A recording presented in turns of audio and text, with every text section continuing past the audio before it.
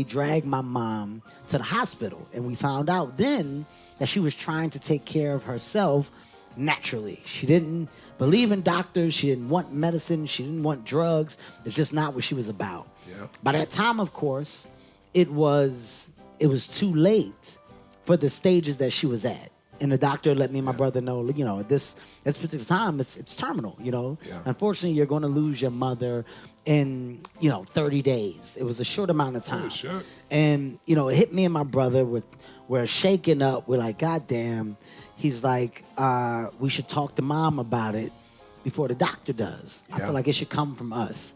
And we went to talk to my mom and tell her what the doctor said. And we started talking about the time period. And she was like, you don't have to talk to me about a time period of how much life I have left.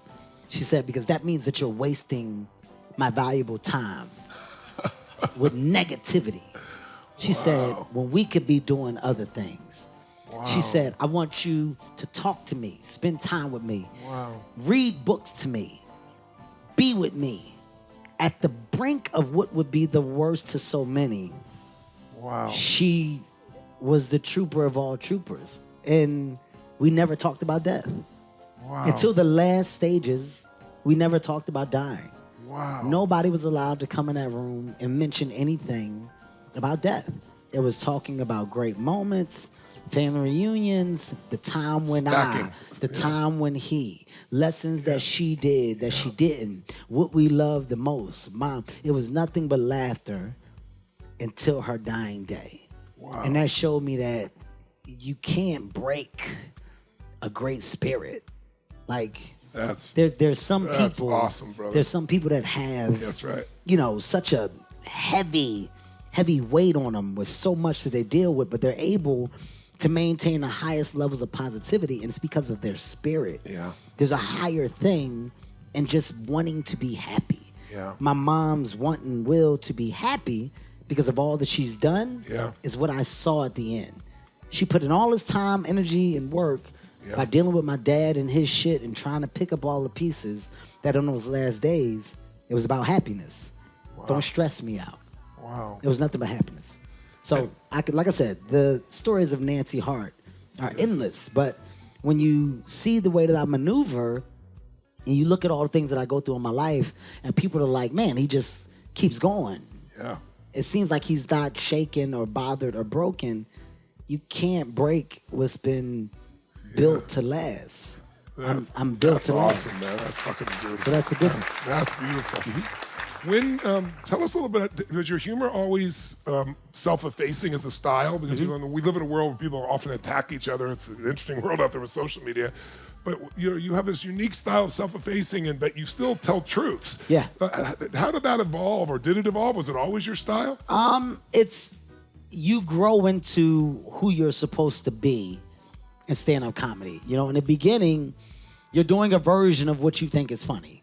You don't know it's funny.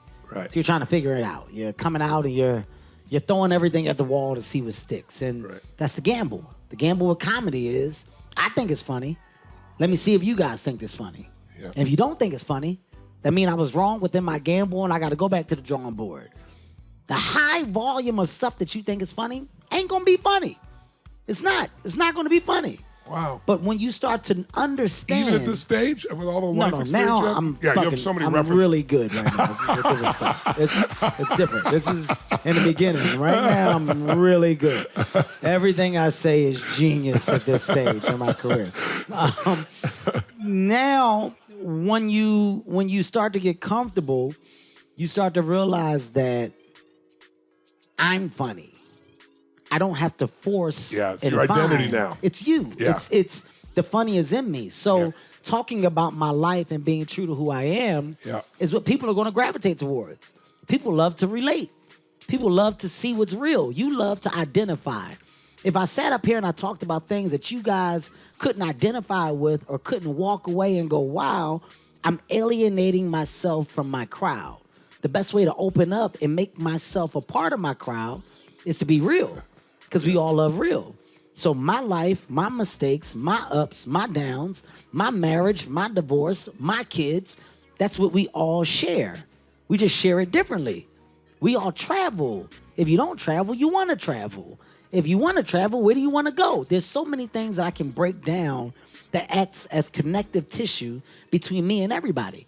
I can relate to everybody in this room, and I don't have to change who I am. Because ultimately, you just want to know about the person that you're watching. And when you walk away, you go, damn, that was interesting. That was funny. But if you feel like you know me and you laughed, now you grow with me. So over the years, authenticity and honesty has allowed my fan base to grow with me. Yes. And if you look up, I'm about to be 40. I've been doing stand-up since I was 18. My stand-up special started when I was around 24. When you go and look at me from 24 to now the age 39 going on 40, you're going to go, holy shit. Yeah. I'm watching Kevin Hart become a man.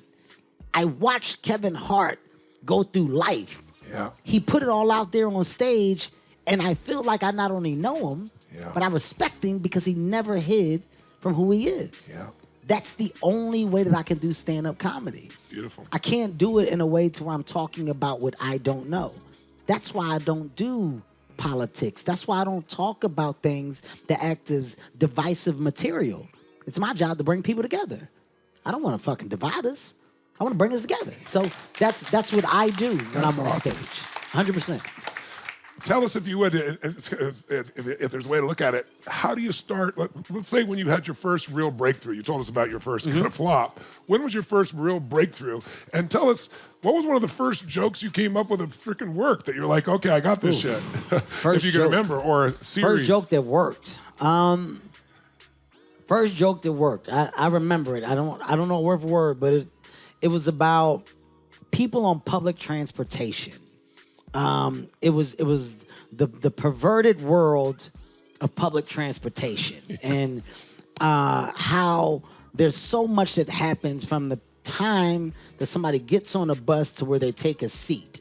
And it was like grinding on people, accidentally kissing and chest bumping.